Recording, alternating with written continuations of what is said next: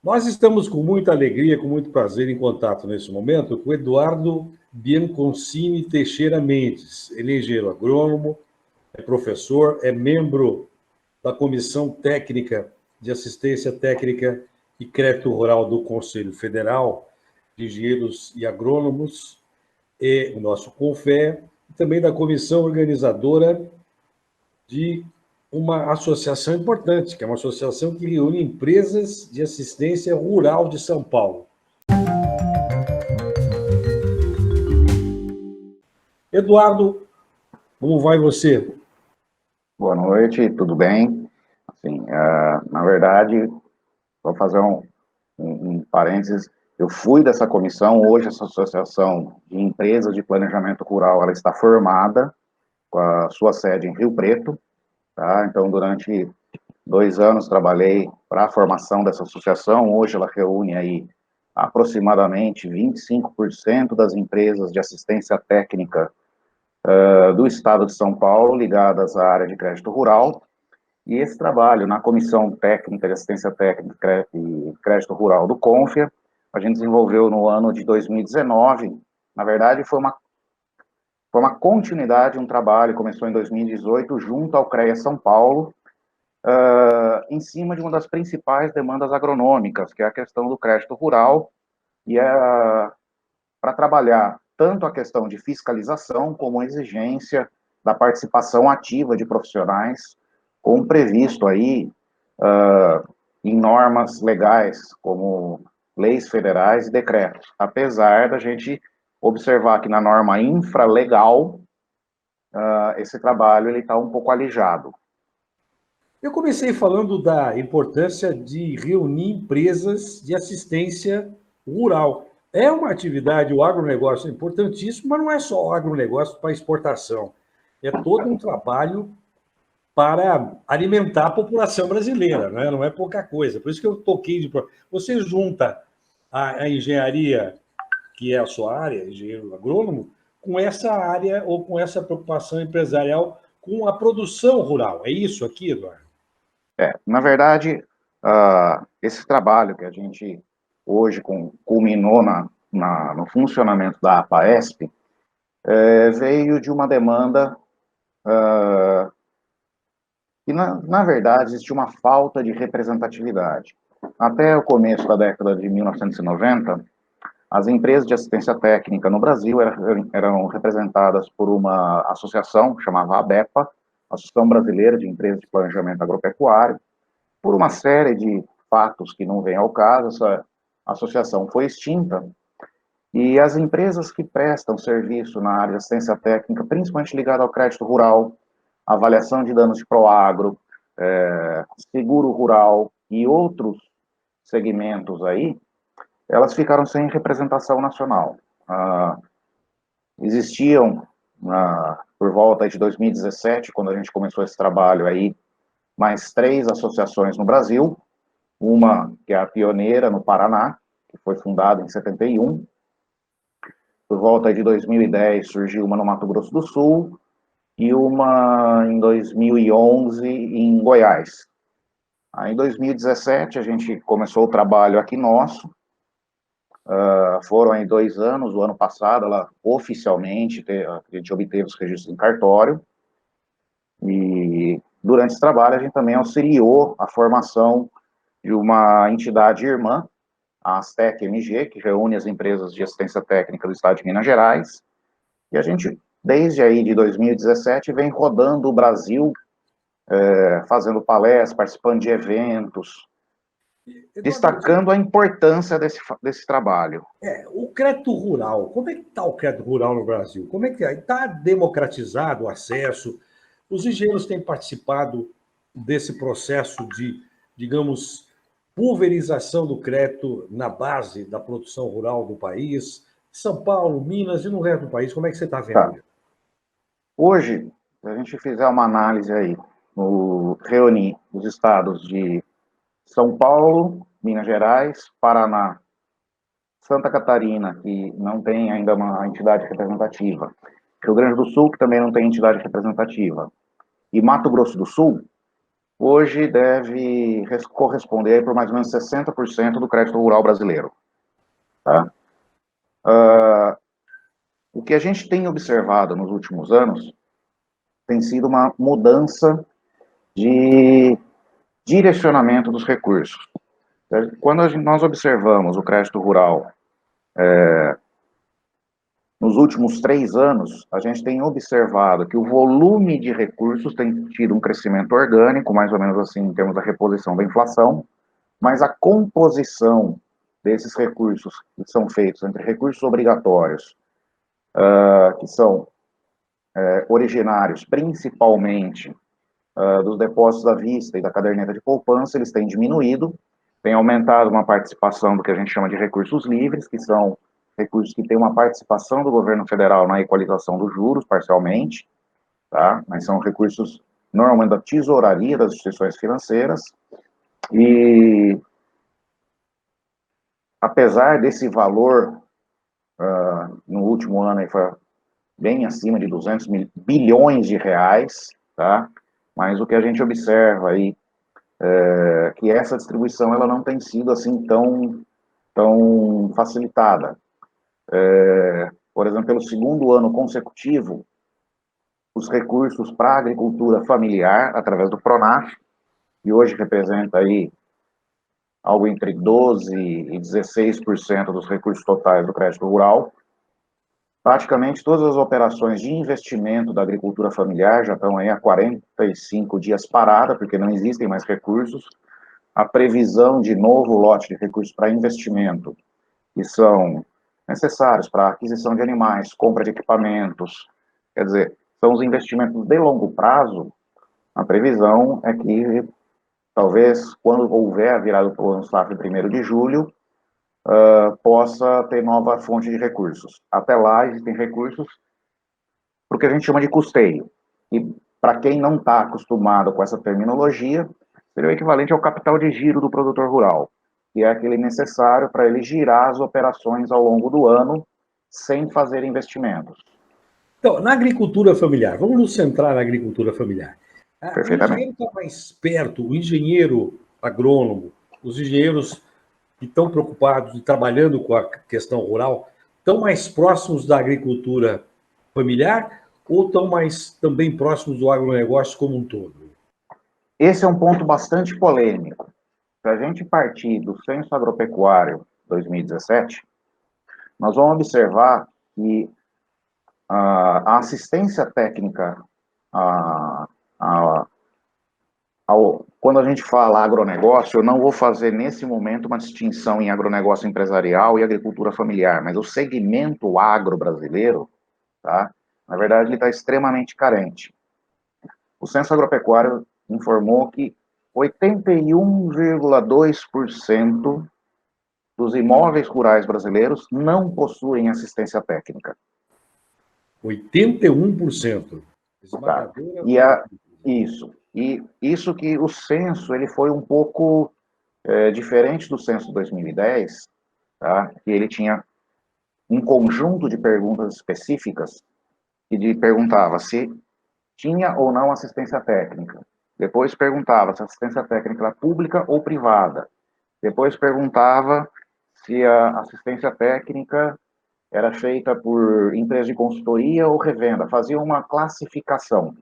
O censo 2017, como ele teve alterações, inclusive financeiras, ele teve que ser simplificado, e a pergunta específica para o produtor rural foi: nos últimos 12 meses, você recebeu uma visita técnica de um profissional de assistência? Sim ou não? Então, quer dizer que 12 meses antes do censo, 81% não recebeu ninguém, seja de revenda, seja de entidades públicas, seja de entidades privadas. Quando a gente extrapola esses números, por exemplo, para o segmento agricultura familiar, e a gente passa a trabalhar com números absolutos, a gente assusta, tá? Porque dentro do censo ainda existe também algumas polêmicas em termos da quantidade total de produtores rurais brasileiros. Hoje nós temos aí perto de 6 milhões. Desses 6 milhões, o que 6 é milhões de produtores rurais no Brasil, é no isso? Brasil? O que é agricultura empresarial deve estar por volta aí de 500 a 700 mil. O restante, mais de 5 milhões, são agricultores familiares. Se a gente extrapolar esses números do censo para esses dois segmentos, tá? Nós vamos observar que nós estamos falando que pelo menos 80% aí de 5 milhões são desassistidos. Então, é algo em torno aí de 4 milhões e 800, quase 5 milhões de produtores rurais não têm acesso à assistência técnica. Deixa eu te perguntar uma coisa. Essa falta de acesso à assistência técnica, há algum estudo que mostra quanto o Brasil perde com isso, sem um profissional da área técnica orientando? E não é só engenheiro agrônomo, também é um técnico, né? Você também trabalha como professor para os técnicos nessa área. Na verdade, assim, se a gente fizer uma... existem estudos que, inclusive, são clássicos, tá? Nas faculdades de agronomia, quando os estudantes vão estudar disciplinas específicas, entomologia, fitopatologia, existem estudos do quanto se perde por ação de pragas, por ação de doenças, por falhas no armazenamento, e, na verdade, toda essa cadeia de perda, ela poderia ser diminuída com uma assistência técnica efetiva. Alguns segmentos específicos, como, por exemplo, de alimentos frescos, tá? Que envolvem frutas, hortaliças, que estão ali no dia a dia do dia a dia da alimentação da população, existem algumas cadeias específicas que a perda entre o que o produtor coloca na semeadura ou no transplante, até chegar no consumidor final, se aproxima, em alguns casos, de 80%. Poxa, é um número considerável, hein? Na média, o setor de hortifruti perde aí 60% do que produz. Sejam por falhas em todos os segmentos da cadeia. Produção, colheita, pós-colheita, transporte, manuseio na comercialização e até o esclarecimento do consumidor sobre como aproveitar integralmente esses alimentos. Imagina, é uma atividade intensa para a engenharia agronômica, né? Não é pouca coisa, é uma atividade. E como é que está esse mercado? Porque se não tem o apoio na assistência técnica, também não tem fiscalização, tem? Na verdade, a fiscalização, a gente tem observado, assim, ela tem diferentes modelos de fiscalização no caso da engenharia agronômica. Inclusive, é uma grande demanda que a gente trabalha, inclusive é uma bandeira da Confederação Brasileira de Engenheiros Agrônomos, entidade aí de mais de 80 anos, da qual eu sou diretor também, tá? Sobre essa questão da fiscalização. O que nós observamos, existem experiências de alguns CREAs, região centro-oeste, mesmo aqui do sudeste, e da região sul, de fiscalizações extremamente eficientes, tá? Que vão para o campo, que utilizam tecnologias de inteligência artificial, imagem de satélite. Tem um CREA especificamente, e ele conseguiu, por exemplo, no ano passado, vistoriar aproximadamente 80% das áreas de soja plantadas no estado de sua responsabilidade, 90% das áreas de tomate, 70% das áreas de irrigação, fora outras atividades ligadas à agronomia, usando 8 fiscais. Que CREA é esse, hein, Eduardo? Olha, esse é um exemplo que, inclusive, eu já conversei com você algumas vezes, é um exemplo que eu vejo do CREA Goiás. A gente observa, por exemplo, no CREA Mato Grosso do Sul, eles têm um trabalho sistemático de fiscalização sobre a questão do crédito rural e também a fiscalização nos imóveis rurais. Do Mato Grosso do Sul, eu não tenho certeza do tamanho da equipe, tá? Mas pelas informações assim, também são menos de 10 pessoas para fiscalizar todo o estado do Mato Grosso do Sul. E dá conta do recado. Praticamente todas as fazendas produtoras de grãos do Mato Grosso do Sul recebem pelo menos 2 fiscalizações por ano. E nas demais, que são ligadas ao crédito rural, pelo menos 1 fiscalização por ano. No estado do Mato Grosso, isso é até interessante, a cultura da fiscalização agronômica, ela já é mais antiga, tanto é que você entra no portal da Federação do Estado da Agricultura do Mato Grosso do Sul, no portal da AproSoja Mato Grosso do Sul, não, desculpe, da FAMATO, Federação da Agricultura do Mato Grosso, você entrava no portal da AproSoja Mato Grosso, que é a matriz de todas as AproSojas do Brasil, tinha um link detalhado como preencher a ART do responsável técnico da lavoura. Quer dizer, nas próprias entidades dos produtores rurais já existia essa colocação, porque já culturalmente isso. A gente observa, por exemplo, no CREA Paraná, ele vem também avançando muito em relação a medidas de fiscalização. Eu falo que hoje, talvez ele não seja tão eficiente ainda quanto outros CREAs, até pelo volume de profissionais envolvidos. Mas, por exemplo, o guia de fiscalização do CREA Paraná, na minha opinião, é um dos mais completos do Brasil, onde o fiscal do CREA, mesmo que ele seja leigo na área, e isso é um grande problema da fiscalização, como é que você coloca um leigo para fiscalizar uma atividade muito específica? Complexa, né, também. Complexa. Ela é complexa, tá? Que são coisas assim. Por exemplo, chegou em uma lavoura de soja. Então, existe um checklist para o fiscal do que ele vai observar.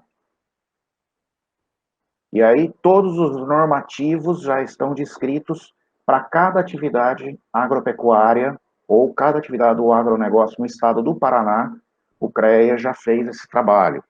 Então, como forma de facilitar. No caso do CREA Goiás, todo esse trabalho já é feito sem papel, através de aplicativos, como eu disse, uso de inteligência artificial e publicidade. Hoje você entra no site do CREA Goiás, se você escolher uma data específica, um local específico, você tem como saber data, hora e o que o fiscal do CREA fiscalizou.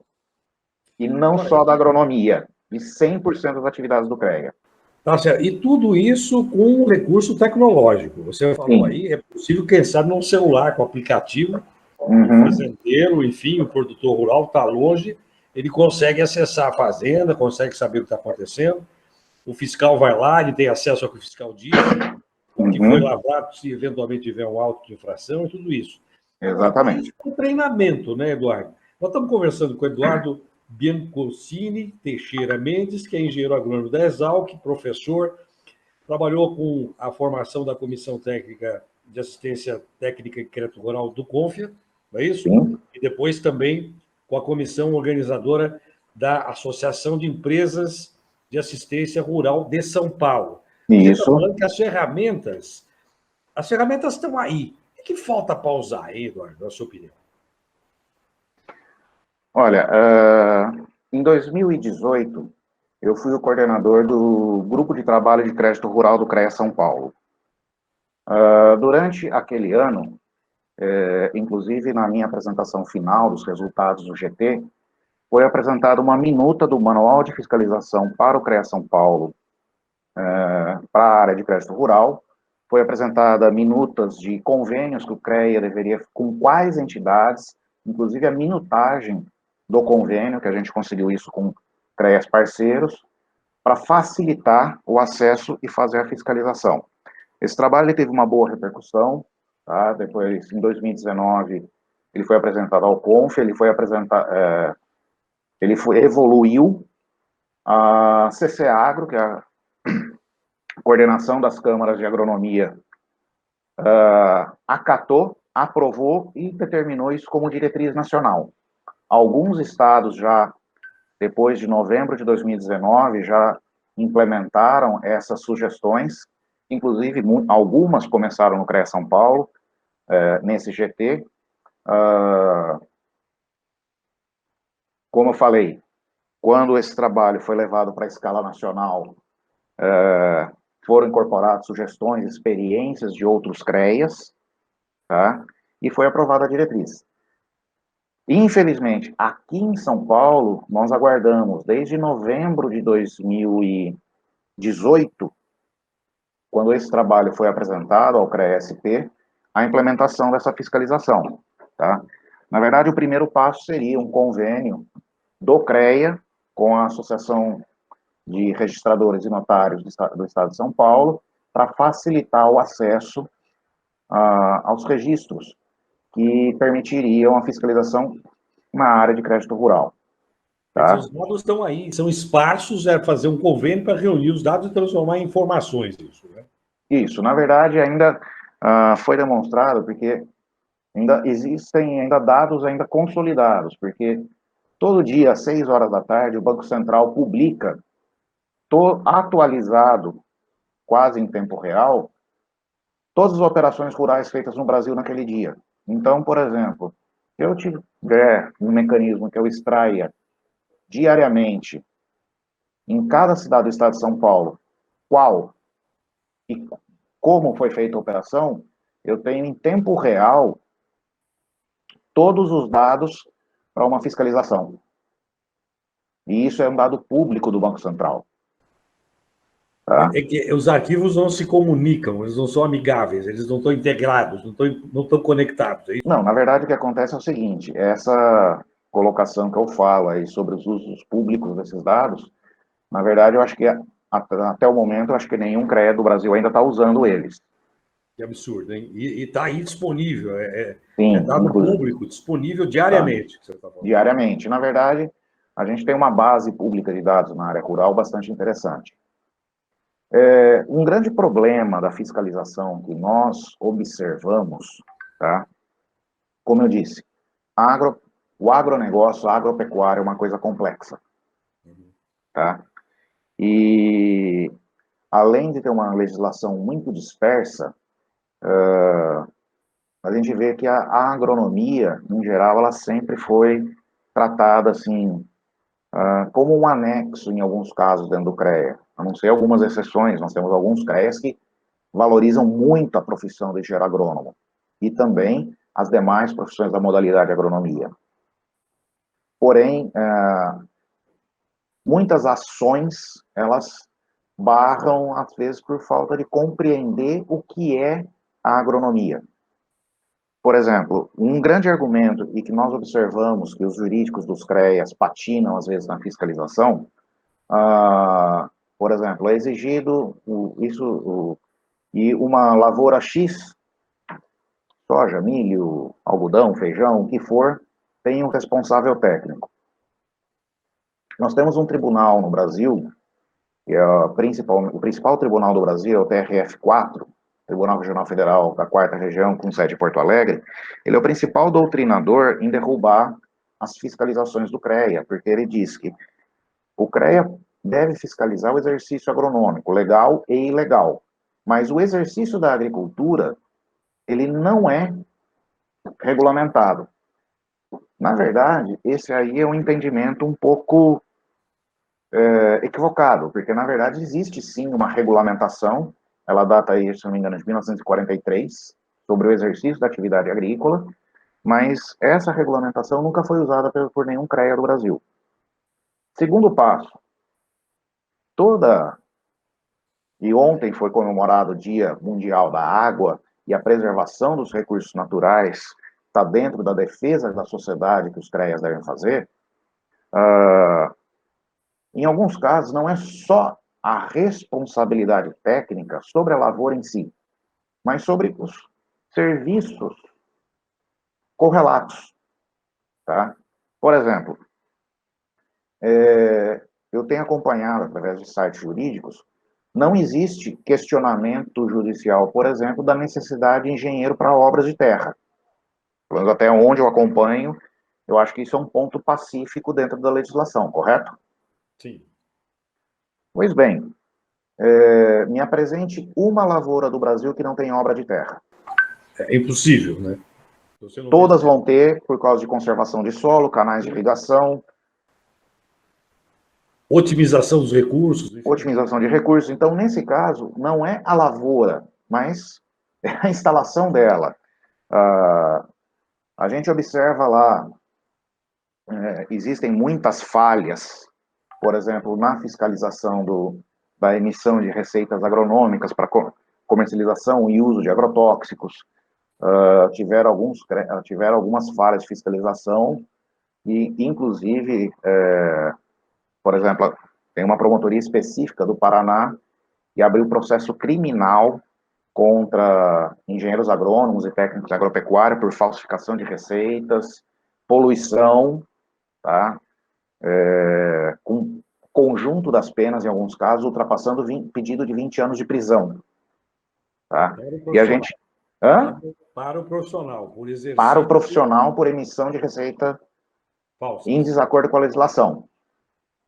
Existe há muitos anos um grupo de fiscalização, um grupo de trabalho de receituário agronômico no CREA São Paulo, tem várias propostas, várias ideias.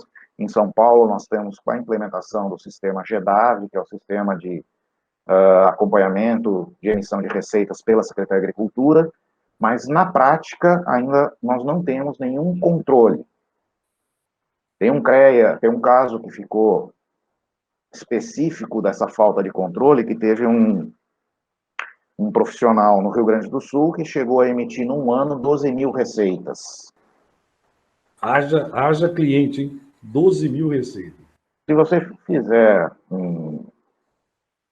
Se a gente pensar que a Lei 7802, de 89, que regulamenta o uso de agrotóxicos, prevê que, para a emissão da receita, tem uma etapa de diagnóstico, e, em teoria, o profissional precisaria ir lá no campo, verificar o que aconteceu, ou ter um contrato de assistência técnica, onde ele faz um acompanhamento sistemático dessa lavoura, tá? E aí ele poderia até emitir uma receita sem uma visita prévia, mas ele foi em outras vezes, ele está acompanhando ali.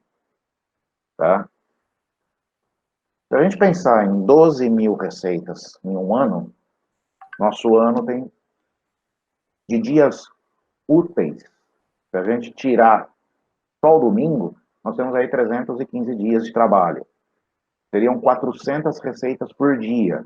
É absolutamente impossível. Se a gente dividir isso por 8 horas, são 50 receitas por hora.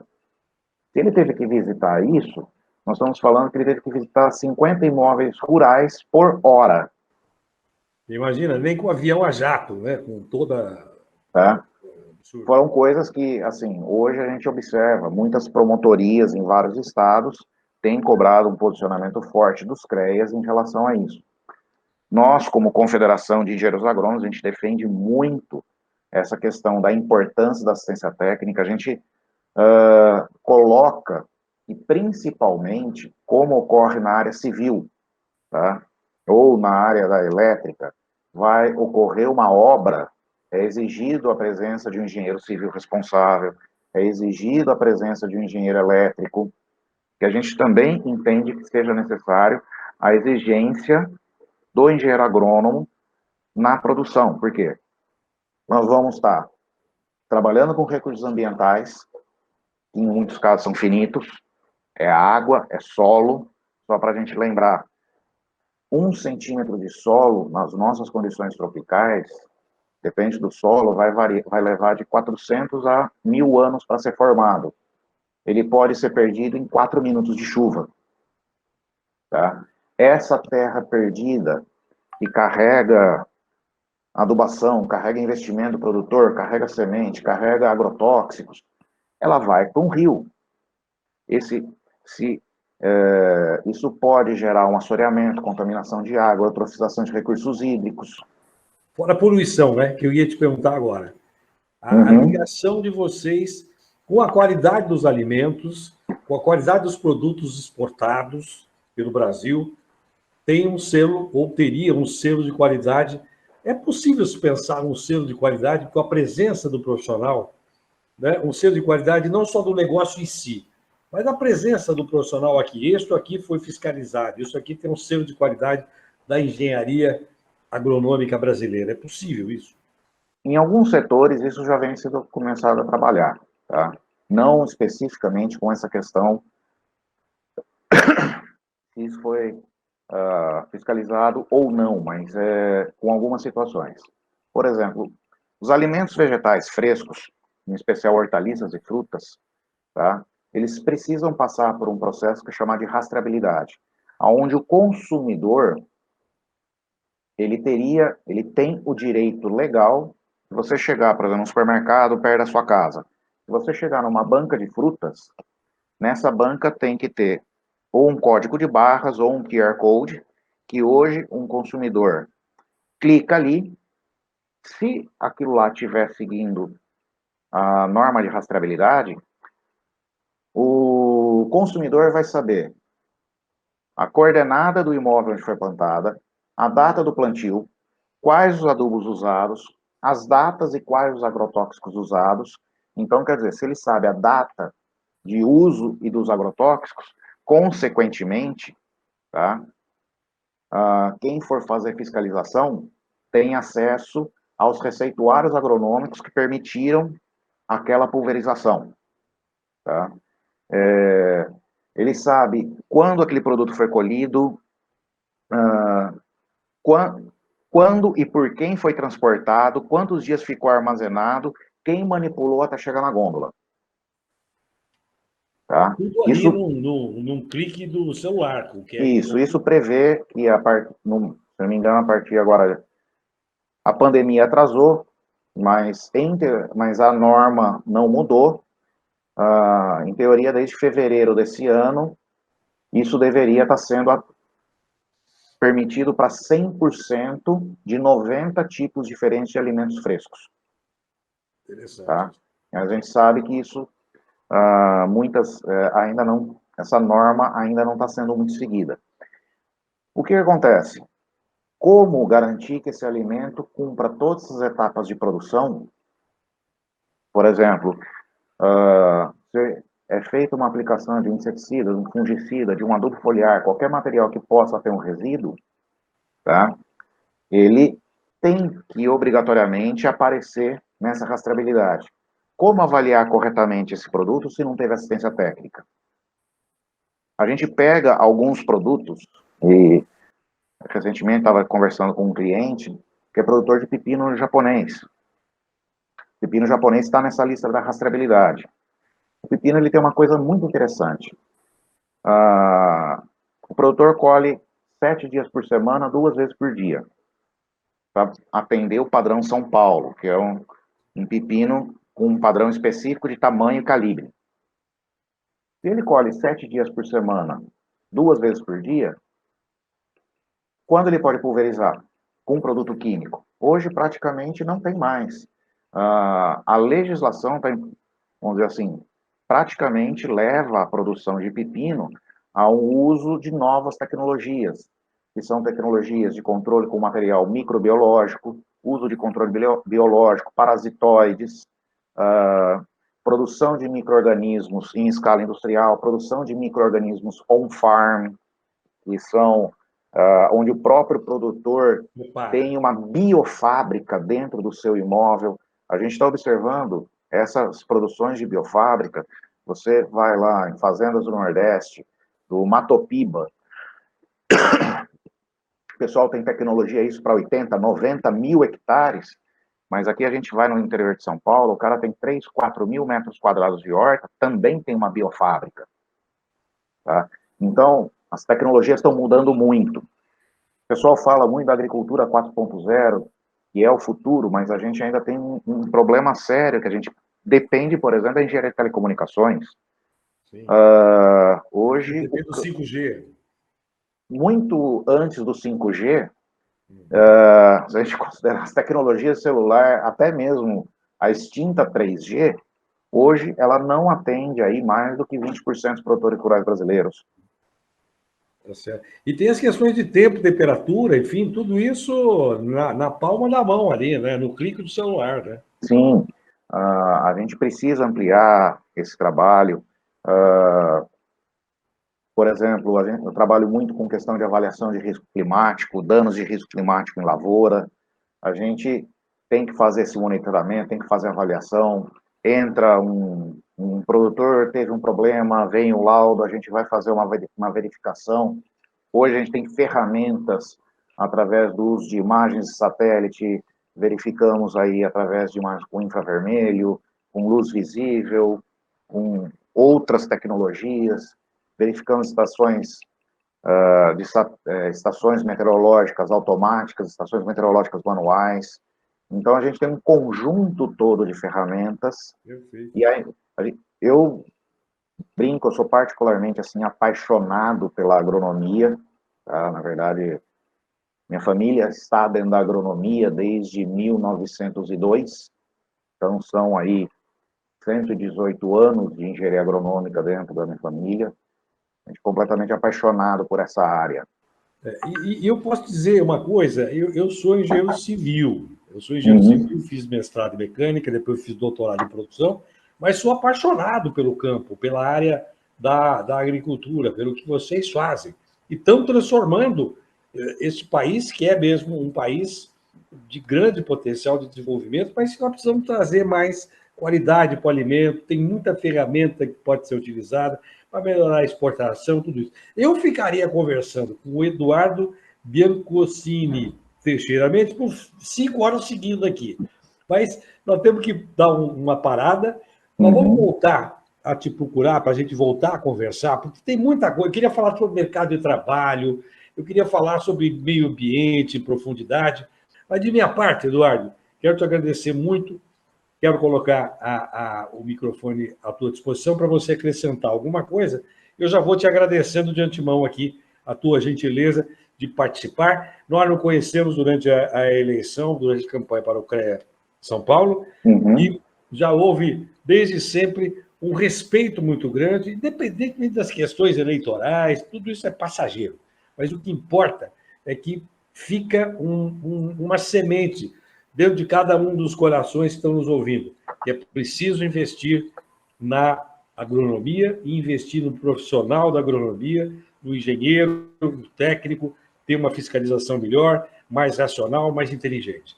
Palavra com você, Eduardo. Olha, não só no Brasil, não só no estado de São Paulo, mas no Brasil, na verdade, a gente precisa muito olhar essa questão do exercício profissional. Quando eu me formei na Exalc há 20 anos, existiam menos de 40 escolas de agronomia no Brasil. Hoje, no último número que a gente fez esse levantamento, são 460 escolas de agronomia no Brasil. Esse número multiplicou por 10.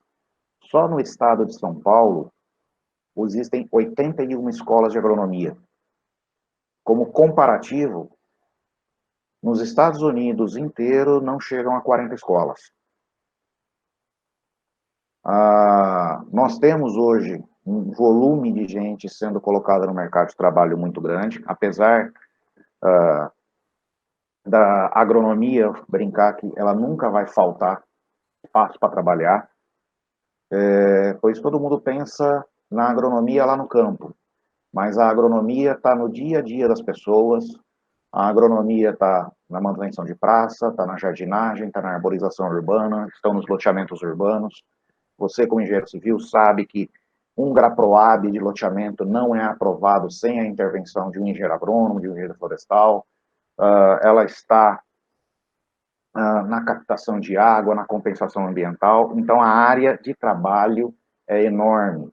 Nós estamos aí na topografia, no sensoriamento remoto. Então, é uma profissão assim, tem muito espaço. O que a gente observa, uma relação entre os profissionais formados registrados no sistema, a gente observa que hoje o registro de profissionais do sistema ele é muito pequeno. Tá? Deve formar, se não me engano, o último número que eu vi, o CREA São Paulo tem por volta de 28 mil engenheiros agrônomos registrados, mas formam por ano perto de 7 mil novos engenheiros agrônomos só no estado de São Paulo. Ou seja, já deve ter um total de quantos engenheiros agrônomos trabalhando não registrados? É um número absurdamente grande. É uma situação que eu não consigo nem estimar.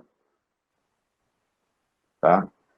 Se a gente pensar em termos de Brasil, só em termos de vagas de agronomia, tem aí, por ano, perto aí de 30 mil vagas presenciais e 60 mil vagas em cursos EAD, que é um ponto polêmico, porque, diferente de outras profissões do sistema CONF-ACREA, tá? O decreto 23.196, que regulamenta a profissão de engenheiro agrônomo, ele diz no parágrafo único do artigo 1º, é proibido o reconhecimento de diplomas por cursos formados por correspondência. Tá? Absurdo, então, sem laboratório, sem presença mesmo, é uma loucura isso. Tá? Então, e a gente observa que isso data desde 1933. Então, é um trabalho que a gente vê com essa questão dos cursos em EAD, como isso vai impactar na profissão. Não, aqui eu não estou falando nem em mercado de trabalho, mas estou pensando no impacto sobre a sociedade, na formação de profissionais qualificados. Tá? É uma luta incessante da agronomia, a qualidade do ambiente. Uma área, como você disse, que é apaixonante, ela tem muito espaço para trabalhar, tem muito espaço para crescer, tem muito espaço para absorver pessoas. Tá? Hoje, em alguns setores, da mesma forma que também ocorre em outras engenharias, às vezes, numa fazenda de grande porte, um engenheiro agrônomo já não resolve mais, às vezes precisa de um conjunto. Já tem um colega que é uma gerente de uma fazenda, para conseguir tocar a lavoura, trabalha com grãos e laranja. Dada a especialização da produção dele, ele é engenheiro agrônomo, mas ele conta com o apoio de mais 9 engenheiros agrônomos, cada um na sua especialidade, para conseguir altas produtividades. Esse é o aperfeiçoamento que vai vindo, né? Isso é muito bom, né? Bom, eu vou ter que encerrar a entrevista, Eduardo. Foi um prazer. Prazer, tudo meu. Nós vamos voltar a te procurar, se você tiver a disponibilidade de tempo de nos atender. Esse é o canal do YouTube que a gente está procurando fazer entrevistas, trazendo novidades e trazendo curiosidades como essa. Muita coisa que você falou, eu tenho certeza que muita gente boa da engenharia não tem conhecimento e passa a ter conhecimento mais profundo a partir de programas desse tipo. E uma última coisa que eu queria falar, Manuel, que é uma coisa interessante, é o seguinte: a agronomia, eu acho que de todas as engenharias, ela é uma das que passeia por todos os ramos da engenharia. Sim. Porque nós estudamos as geociências, nós estudamos a parte ligada à civil, quer dizer, estudamos construções, somos responsáveis por projetos de construções, estudamos hidráulica, estudamos elétrica. Então, lógico, temos as limitações das atribuições e competências profissionais. E isso torna a agronomia tão particular. O profissional que se forma nas suas atribuições plenas, ele quase tem um pezinho em todas as demais profissões do sistema CONF-ACREA. É um técnico de assuntos gerais, né? Quer dizer, um profissional além do técnico. Né? Mas aí outro assunto aí que nós vamos conversar com o cara, a importância do técnico no apoio ao engenheiro, que é um ponto bastante polêmico aí. Vamos conversar outra hora, então. Forte abraço. Conversamos com o Eduardo Biancosini Teixeira Mendes, que falou sobre a paixão dele e a paixão do brasileiro pelo campo. Por que não? Todos nós gostamos do campo. Alguns gostam de passear, olhando para o campo. Outros gostam de trabalhar, trabalhando com o campo. Forte abraço, Eduardo. Muito obrigado.